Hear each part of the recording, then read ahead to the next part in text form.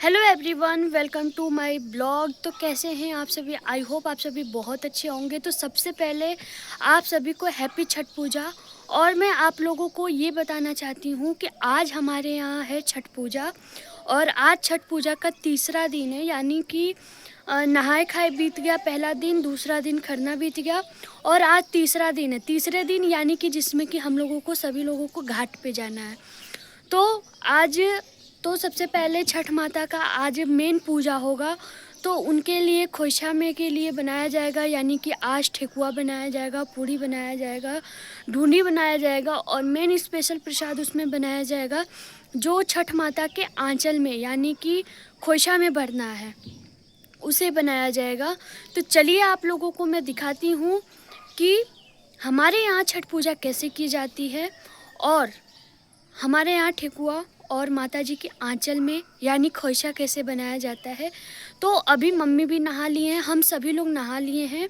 और इसमें जो छठ माता का जो पूजे का जो सारी तैयारी होती है वो नहा लेने के बाद ही पोछा वगैरह भी लगाते हैं।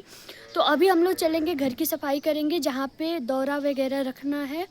और मम्मी भी नहा ली हैं, तो मम्मी जा रही हैं छठ माता के लिए खोइछा बनाने। हमारी मम्मी व्रत हैं और हमारी मामी दोनों लोग व्रत हैं। तो मैं जा रही हूँ पोछा लगाने और मम्मी और मामी जा रही हैं छठ माता का खोइछा बनाने। तो चलिए मैं आप लोगों को दिखाती हूँ और प्लीज़ ब्लॉग को फुल वॉच करें, आप लोगों को बहुत अच्छा लगेगा क्योंकि इसमें हम अपने यहाँ के कल्चर को दिखाएंगे। तो thank you so much for watching और मैं आप लोगों को दिखाती हूँ। तो ब्लॉग में एंडिंग तक आप लोग बने रहिए। तो अभी मम्मी यहाँ पे स्टार्ट कर दी है ठेकुआ बनाना। और सबसे पहले तो माता जी के आंचल का प्रसाद बनाया जाएगा, उसके बाद तो ठेकुआ वगैरह जो भी बनेगा वो बनाया जाएगा। तो अभी मम्मी इधर तैयारी कर रही थी, तब तक मैं आ जाती हूँ जहाँ पे दौरा रखना है वहाँ की सफाई करने। और मैं सबसे पहले वहाँ की सफाई करती हूँ, फिर यहाँ पे मम्मी पूड़ियाँ वगैरह भी तलने लगती हैं और जो भी ठेकुआ था वो तलने लगती हैं मम्मी और मामी।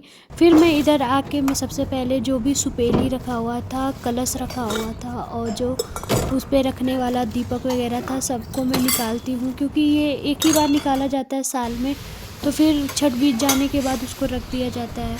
तो उसको धुलना था, तो मैं सबसे पहले उसको निकाल के और धुलने के लिए बैठ जाती हूँ। और धुलने में बहुत मेहनत लगती है इसको। और मतलब छठ पूजा के पहले तो कम, लेकिन छठ पूजा के बाद ज़्यादा मेहनत लगती है क्योंकि पूरा तेल वगैरह गिर जाता है उसमें, तो मतलब बहुत मेहनत लगता है।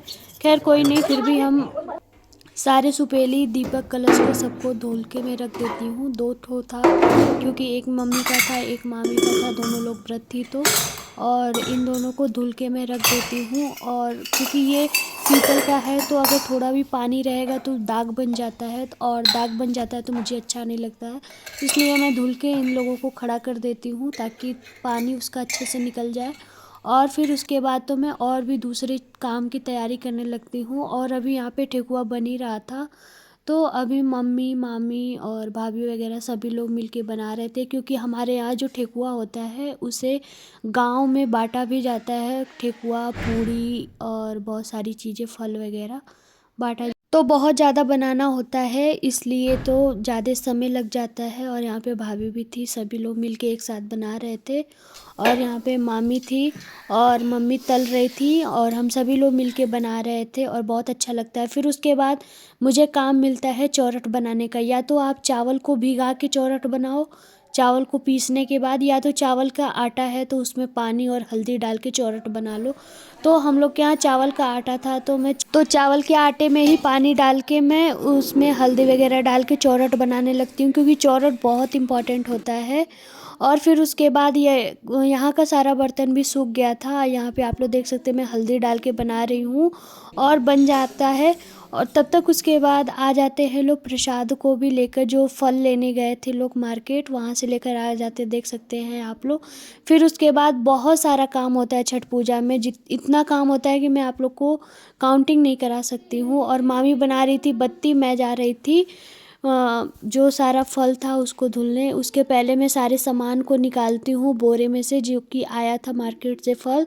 तो ये माला वगैरह आया था क्योंकि सुपेली में रखना था माला, और लोटे वगैरह में लगाना होता है। और आप लोग देख सकते हैं केले का तो पूरा घार ही आया था। और मैं सारे सामान को निकालती हूँ और बहुत सारा फल था तो निकालने में भी टाइम लगा और धुलने में बहुत समय लगता है। छठ पूजा में बहुत ही काम होता है। और फिर उसके बाद एक एक करके मैं सभी फल को निकाल लेने के बाद धुलने के लिए चली जाती हूँ। और यहाँ पे आप लोग देख ही सकते हैं कि कितना सारा फल है जिसे हमें धुलना है। और फिर ये जब सूख जाएगा तो दौरा सजाया जाएगा।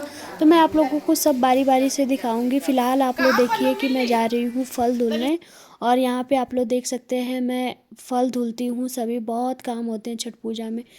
और यहाँ पे आप लोग देखिए सभी लोग कोई ना कोई सब चीज़ की तैयारी किया जा रहा है। जैसे एक शादी होता है लड़की की, वैसे ही हमारे यहाँ छठ पूजा की तैयारी होती है। जैसे लड़कियों की शादी में हर एक चीज़ को इकट्ठा करके हर एक चीज़ को सजा के रखना होता है, वैसे ही छठ माता के पूजा में भी सब चीज़ों को सजा के एक एक चीज़ याद करके रखना होता है। तो बहुत ही मतलब डिफ़िकल्ट होता है छठ माता का त्यौहार, लेकिन फिर भी हम लोग को बहुत अच्छा लगता है। और सारा फल धुल लेने के बाद तो मैं इसको थोड़ी देर के लिए छोड़ देती हूँ। यहाँ तक कि छठ माता के पूजा में सब्जियाँ वगैरह भी चढ़ाई जाती हैं, 5-7 सब्जियाँ भी चढ़ाई जाती हैं। और आप लोग फल देख सकते हैं।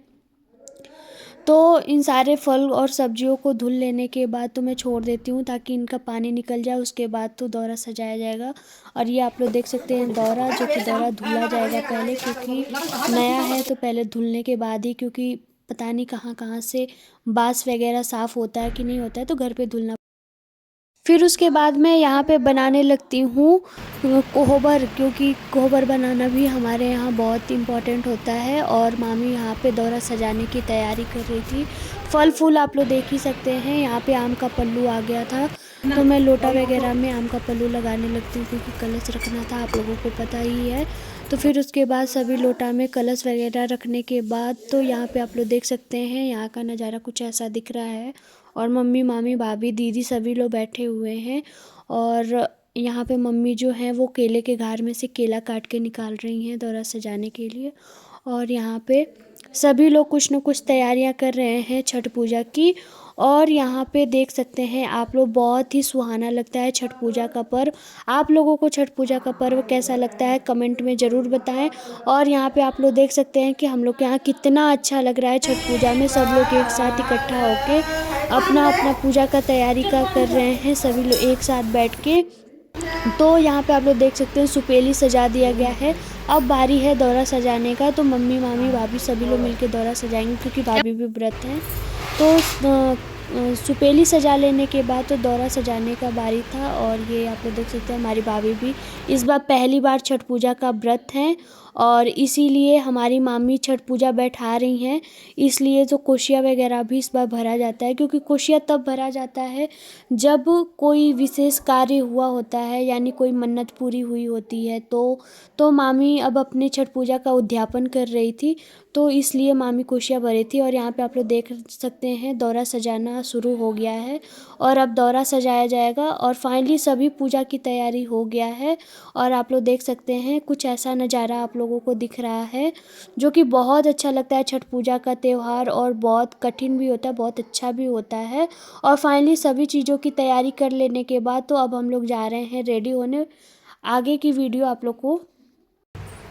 तो गाइस अभी दौरा वगैरह सजा दिया गया है और अब हम सब लोग जा रहे हैं तैयार होने। अभी बज गया है दिन का 2 और 3 बजे से घाट पे जाना है और 1 घंटे का समय है सबको तैयार होने के लिए।